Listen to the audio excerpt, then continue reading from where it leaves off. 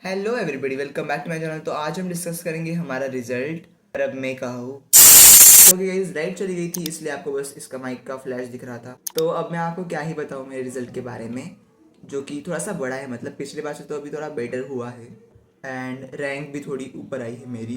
But still मुझे नहीं लगता कि मैंने मेरा फुल पोटेंशियल अप्लाई करा इस टाइम। जितना मैं कर सकता था पर मैंने नहीं करा। पर अब तो भाई ऑलमोस्ट बोर्ड्स ही आ गए हैं, तो अब तो बहुत फोकस से पढ़ना पड़ेगा। वैसे अब बिना देरी करे हुए सीधा मार्क्स पर जंप करते हैं। एंड गाइस, जब आप मेरे मैथ के मार्क्स सुनोगे तो बिटवीन दिस वीडियो, मतलब अभी ही मैं आपको बताऊंगा कि अभी मेरा प्लान क्या है। सबसे पहले अब हमें सिलेबस कंप्लीट करना पड़ेगा। तो गाइस, मतलब बहुत मैंने देखा कि कुछ क्वेश्चंस को मतलब टिपिकली दिया जाता है एंड उसमें समझता नहीं कि क्या करना है उसमें। कुछ क्वेश्चन ऐसे होते हैं कि वो कॉम्पिटेंसी बेस्ड क्वेश्चन होते हैं एंड मतलब कुछ क्वेश्चन जो होते हैं वो आउट ऑफ आवर रीच होते हैं। तो वैसे क्वेश्चंस को हम सैम्पल पेपर्स में प्रैक्टिस कर सकते हैं। वैसे मैं पीडब्ल्यू के सैम्पल पेपर्स को सीरियसली सॉल्व करने वाला हूँ। 5-6 भी अगर सीरियसली कर लिए तो बहुत बड़ी बात हो जाएगी, क्योंकि ये लेटेस्ट सिलेबस पर ही बनाए गए हैं।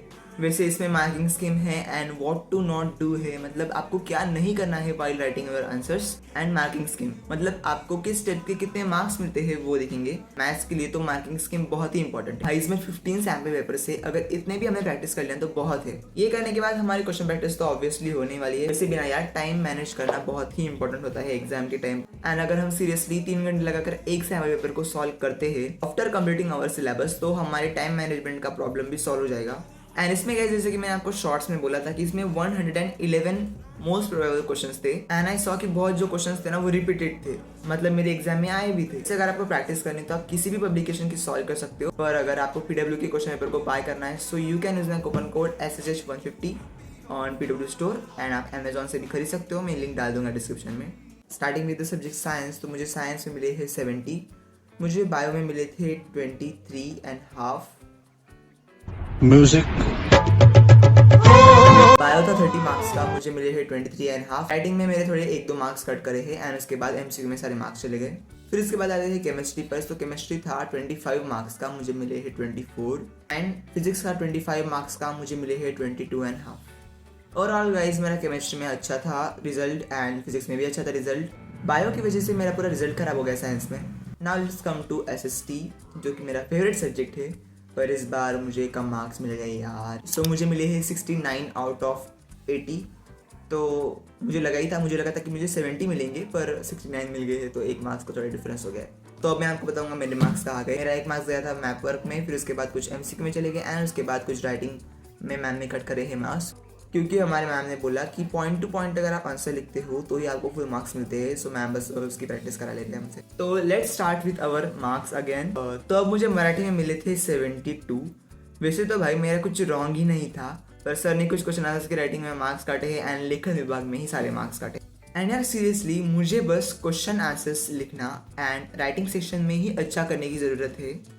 बाकी सब तो मैनेज हो जाता है, पर यहाँ पे आपको राइटिंग स्किल्स दिखानी पड़ती है। तो that is my weak point. तो अभी मुझे थोड़ा सा सुधार करना पड़ेगा। मुझे हिंदी में मिले थे 65, ओवरऑल टॉपर 72 का है एंड मुझे मिले थे 65 मार्क्स इन हिंदी। मुझे लगता है कि ठीक मार्क्स से मैं अच्छा तो नहीं बोलूँगा 65 मार्क्स को। क्वेश्चन आंसर्स की राइटिंग में ही मेरे मोस्टली मार्क्स गए हैं हिंदी में, तो बस मुझे उन्हें अच्छे से करना पड़ेगा। तो अब आते हैं IT पर, तो मुझे मिले हैं 40 आउट ऑफ 50। जैसे मैंने आपको बताया था कि मेरा पेजेस का क्या हुआ था, मैंने 9 के पेजेस पढ़ लिए थे इंस्टेड ऑफ 10th, तो उसमें सारा टाइम चला गया।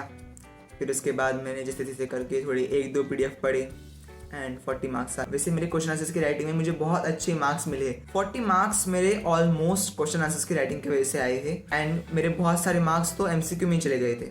ओके, वैसे भी मुझे कुछ ज़्यादा डिस्कस करना नहीं है IT के बारे में। So let's go ahead. Now coming to English, मुझे इस बार इंग्लिश में बहुत ख़राब मार्क्स पड़े हैं। I got 64 out of 80। मुझे लगा नहीं था कि मुझे 64 पढ़ेंगे, मुझे लगा था कि मुझे 70 तो भी आ जाए।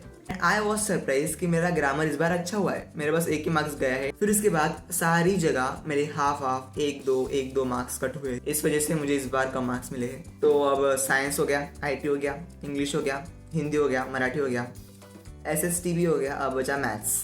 यू विल बी सरप्राइज कि हमारे क्लास में बस 6 लोगों को ही 40 के ऊपर मार्क्स है एंड ऑलमोस्ट आधे बच्चे फेल है एंड बाकियों को 30 to 40 के रेंज में मार्क्स है। सो व्हाट अबाउट मी, मुझे मिले हैं 42 आउट ऑफ 80। मैं मेरे मैथ्स के क्वेश्चन पेपर की PDF आपको डिस्क्रिप्शन में दे दूंगा एंड अगर नहीं भी रही तो आप मुझे कमेंट में बताना कि मैं अपडेट कर दूँ वहाँ पर। अब मैं क्या बताऊँ कि मेरे मार्क्स कहाँ गए। मेरे मार्क्स हर जगह गए हैं मैथ्स में। सो अब मेरा तो एम यही है कि मैं बहुत सारी क्वेश्चन प्रैक्टिस करूँ मैथ के लिए, जिससे कि मैं और भी स्ट्रांग हो जाऊँ मैथ सब्जेक्ट में। यार मैथ्स जो एक सब्जेक्ट है ना, मुझे पर्सनली बहुत ही पसंद है, बस इसमें मुझे मार्क्स नहीं आते।